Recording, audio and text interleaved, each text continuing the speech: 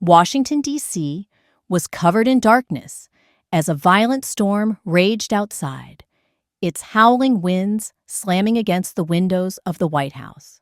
But inside the Oval Office, another storm was brewing, one of power, betrayal, and deception.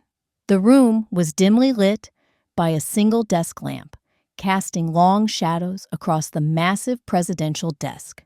Donald J. Trump sat in silence, his eyes locked on the red folder in front of him, its top secret stamp nearly glowing under the light.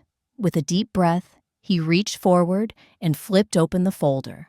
As his sharp gaze moved over the pages, his expression darkened. His fingers clenched around the papers. His pulse quickened. This was impossible. The betrayal had come from the one person he never expected, his own daughter, Ivanka Trump. The weight of the revelation hung heavy in the air. The evidence was overwhelming, undeniable.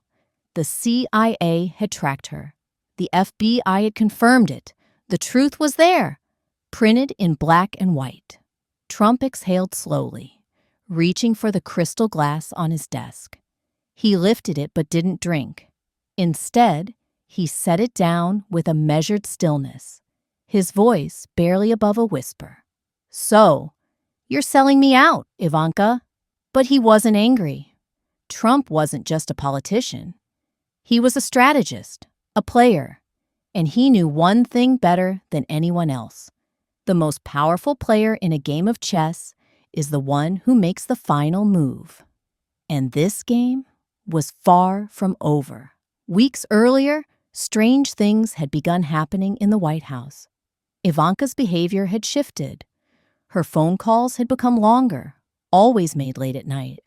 Her presence in classified meetings had increased. Documents had been accessed under her clearance, documents Trump had never authorized her to see.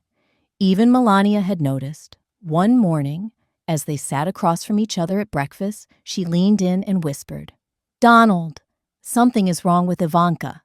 Trump lowered his fork. He already knew, but he didn't act without proof. And that very day, the CIA delivered exactly what he had been waiting for. Inside the Oval Office, CIA Director Gina Haspel and FBI Director Christopher Wray sat across from Trump. Their faces were tight with concern. A file lay open between them, the weight of its contents heavy in the air. "Mr. President," Gina Haspel began carefully, "Ivanka Trump is involved in something much bigger than we imagined." Trump remained expressionless. "Go on." Christopher Wray slid a document across the desk. "Sir, Ivanka isn't just leaking state secrets. She's part of a shadow organization." Trump's eyes moved over the words. What he read was unthinkable. A secret network controlling financial institutions, ties to foreign intelligence operatives in Europe and Asia, moles planted deep within the U.S. government. This wasn't just treason. This was a coup against the President of the United States. Trump leaned back in his chair. A small smirk crossed his lips. So, this is how the game is played. He had dealt with enemies before. But this was different. This was personal. He had always been a few steps ahead. And now, it was time to strike back. Trump set his plan into motion immediately.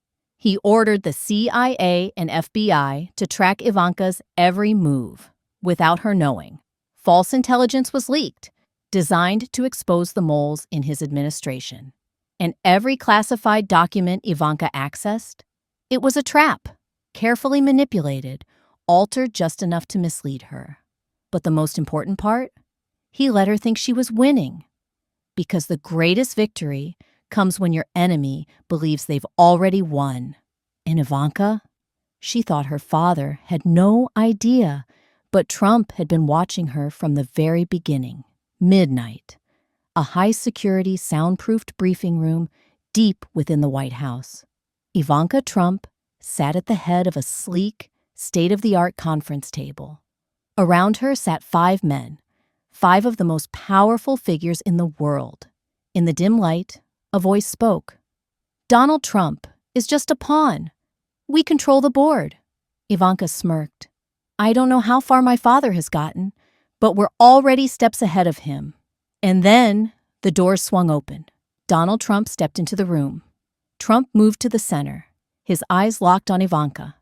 What exactly did you think you were doing, Ivanka? Ivanka's expression faltered for just a moment. Then she straightened, a mask of confidence slipping into place. You don't understand, Dad, she said smoothly. You need to listen to me. Trump reached into his pocket and pulled out a small black device.